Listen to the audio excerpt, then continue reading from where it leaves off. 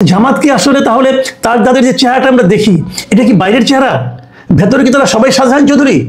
মানে জামাতে ইসলামী, বাংলাদেশ জামাত ইসলামী তাদের নেতাদের কথাবার্তায় আচার আচরণে এক ধরনের পরিবর্তন, এটা অনেকেই লক্ষ্য করেছেন, আমি নিজেও লক্ষ্য করেছি।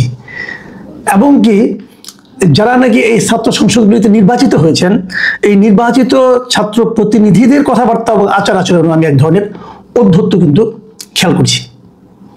শাহজাহান চৌধুরীর যে কথা নিয়ে আলোচনা হচ্ছে বেশি, সেটা হলো উনি বলার চেষ্টা করেছেন যে এই নির্বাচনে প্রশাসন ওনাদের কথায় উঠবে এবং বসবে। আমি আপনাদেরকে ওনার কিছু বক্তব্য এবং আমি পড়ে শোনাই। উনি বলেছেন যে নির্বাচন শুধু জনগণ দিয়ে নয়, যার যার নির্বাচনী এলাকায় প্রশাসনের যারা আছেন তাদের সবাইকে আমাদের আন্ডারে নিয়ে আসতে হবে। আমাদের কথায় উঠবে, আমাদের কথায় বসবে, আমাদের কথায় গ্রেপ্তার করবে, আমাদের কথায় মামলা করবে। ভয়ঙ্কর কথা কিন্তু। একটা রাজনৈতিক দলের নেতা, সেটা সরকারি দলও নয়, এবং তারা বলে থাকে তারা সৎ লোকের শাসন কায়েম করবে, তারা বলে থাকে তারা জনগণের অধিকার দেবে, এরকম একটা আদর্শের কথা যারা প্রচার করে, সেই দলের একজন শীর্ষ পর্যায়ের নেতা যিনি এবার এমপি ক্যান্ডিডেট হয়েছেন, তিনি বলছেন যে নির্বাচন শুধু জনগণ দিয়ে হয় না, এর মধ্যে প্রশাসনের একটা ভূমিকা আছে। এই জন্যই প্রশাসনকে আমাদের আন্ডারে নিয়ে আসতে হবে এবং আমাদের কথা তারা উঠবে, তারা বসবে, আমাদের কথায় কাউকে বলবো ওকে গ্রেপ্তার করো, তাকে গ্রেপ্তার করবে, আমরা বলবো ওকে মামলা করো, ওর বিরুদ্ধে মামলা করবে। কি ভয়ঙ্কর কথা!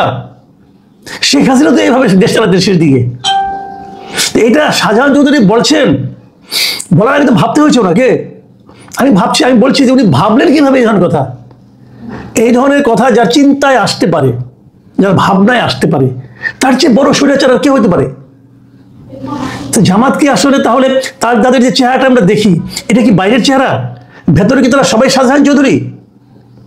এটা কিন্তু গুরুত্বপূর্ণ প্রশ্ন। আমি জানি না জামাত এটাকে কি উত্তর দিবেন, এবং জামাত একটা উত্তর দিয়েছেন, কিন্তু তার আগে এই ঘটনার প্রেক্ষিতে বিএনপি কি বলেছে সেটা শুনুন। বিএনপি কিন্তু বলেছে যে চট্টগ্রাম মহানগরী বিএনপি সদস্য সচিব নাজিবুর রহমান, ঘটনা তো চট্টগ্রামে ঘটেছে, বলেছে শাহজাহান চৌধুরীর বক্তব্যে প্রমাণ হয় জামায়াত নতুন করে একটা ফ্যাসিবাদ প্রতিষ্ঠা করতে চায়। তার বক্তব্যে স্পষ্ট যে আসন্ন নির্বাচন অবাধ ও সুষ্ঠু হবে না, এমন বক্তব্যের জন্য আমরা তাকে গ্রেপ্তারের দাবি জানাচ্ছি। এটা হলো বিএনপির বক্তব্য। চট্টগ্রামের শাহজাহান চৌধুরী কিন্তু কোনো হেলাফেলা করার মতো নেতা নয়। উনি এবং ওই যে বিএনপির একসময় আগের বিএনপি, এখন তো এলডিপি আর কি, যে কর্নেল অলি আহমেদ, এরা কিন্তু একই আসনের। এবং অলি আহমেদের কাছে বিএনপি যখন ক্ষমতায়, অলি আহমেদ যখন বিশাল নেতা, একসঙ্গে দুটো আসনে দাঁড়াতেন উনি বিএনপির হয়ে, তার একটা আসন কিন্তু ওনার কাছ থেকে এই শাহজাহান চৌধুরী ছিনিয়ে নিয়েছিলেন ভোটের মাধ্যমে। কাজে শাহজাহান চৌধুরী কিন্তু বড় নেতা। আমি তো মনে করি যে অলি আহমেদের রাজনৈতিক ক্যারিয়ারটাই সে শেষ করে দিয়েছে এই এক ভদ্রলোক। তো সেই শাহজাহান চৌধুরীর মতো লোক, এখনো ওনার বয়স হয়েছে, কিন্তু তারপরে যে বক্তব্য দেখলাম ওনার বয়স্ক অবস্থায়, বয়স বোঝা যায়, কিন্তু উনি যে সিংহের মতো গর্জন করছিলেন, যে কথাগুলো উচ্চারণ করছিলেন, এগুলি ভাই আমাদের মতো সাধারণ মানুষ চিন্তাও করতে পারে না। উনি সেগুলি বলেছিলেন। এবং এই বক্তব্যটাকে আপনি কিভাবে নেবেন বলেন? জামাত অবশ্য নানাভাবে এটাকে একটা ব্যাখ্যা দেওয়ার চেষ্টা করছে। যেমন জামাতের যে কেন্দ্রীয় সহকারী সেক্রেটারি জেনারেল এবং চট্টগ্রাম অঞ্চলের যিনি পরিচালক মোহাম্মদ শাহজাহান, তিনি বলেছেন যে বক্তব্যটি আমরা দেখেছি, এটা একান্তই ওনার বক্তব্য, এটার ব্যাখ্যা উনি ভালো দিতে পারবেন। তার এই বক্তব্য জামাত সমর্থন করে না।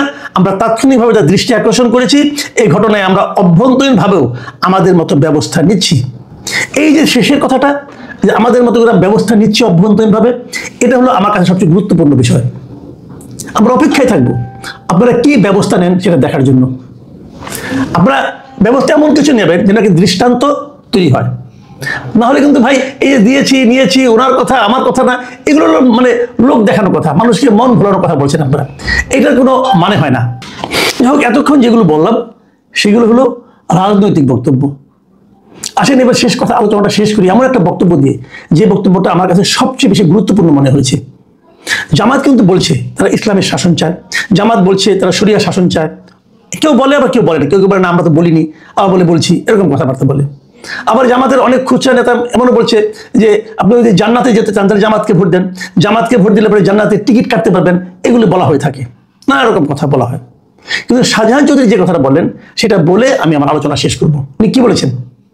আমি ওনার ভিডিও দেখেছি, শুনেছি, আমার সন্দেহ হচ্ছিল এই কথা উনি বলতে পারেন কিভাবে, কিন্তু আমি ভিডিওতে সেটা কনফার্ম করলাম। উনি বলেছেন যে আল্লাহ তাআলা সিদ্ধান্ত নিয়েছেন জামায়াতে ইসলামীকে ক্ষমতায় নেবেন। এই কথাটা শাহজাহান চৌধুরী কি করে বলেন? ওনার মতো একজন, ওনার লেবাসে ওনার চেহারা সব দিকে তো মনে হচ্ছে উনি খুব একজন ধার্মিক মানুষ, আল্লাহওয়ালা মানুষ। তো উনি কি করে কথা বললেন?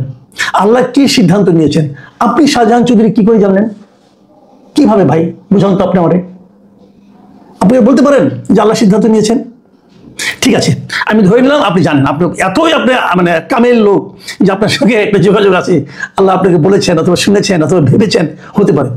ধরা যাক কথার কথা জামাত ক্ষমতায় গেল না, তাহলে যারা আপনার এই কথাগুলো শুনলো তারা কি মনে করলো? যারা বিশ্বাস করলো তারা কি ভাবলো? তো তারা ভাববে আপনি বলেছেন আল্লাহ সিদ্ধান্ত নিয়েছে জামাতকে ক্ষমতা নেবে, জামাত তো ক্ষমতায় গেল না, তাহলে আল্লাহ সিদ্ধান্তে কোনো কাজ হয় না।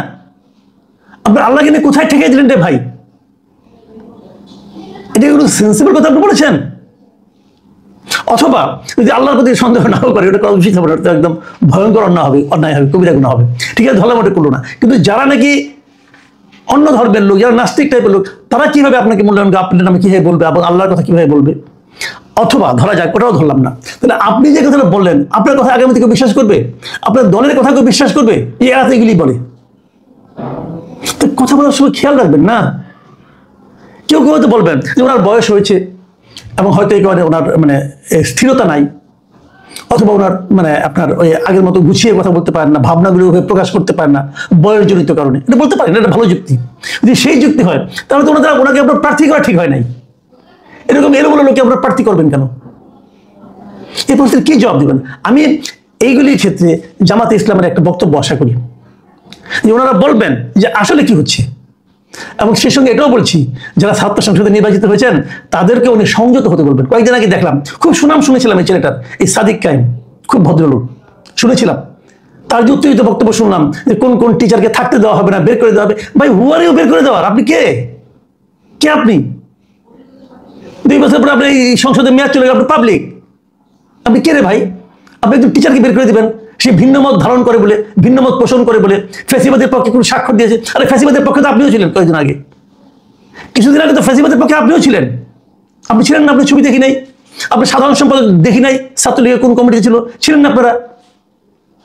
তাহলে ওই লোক কোন লোক আপনার কোন কারণে প্রেসারে পড়ে না, কোন কারণে কোন ফ্যাসিবাদের পক্ষে কোন সিগনেচার করেছে, এই জন্য তাকে বের করে দেবেন?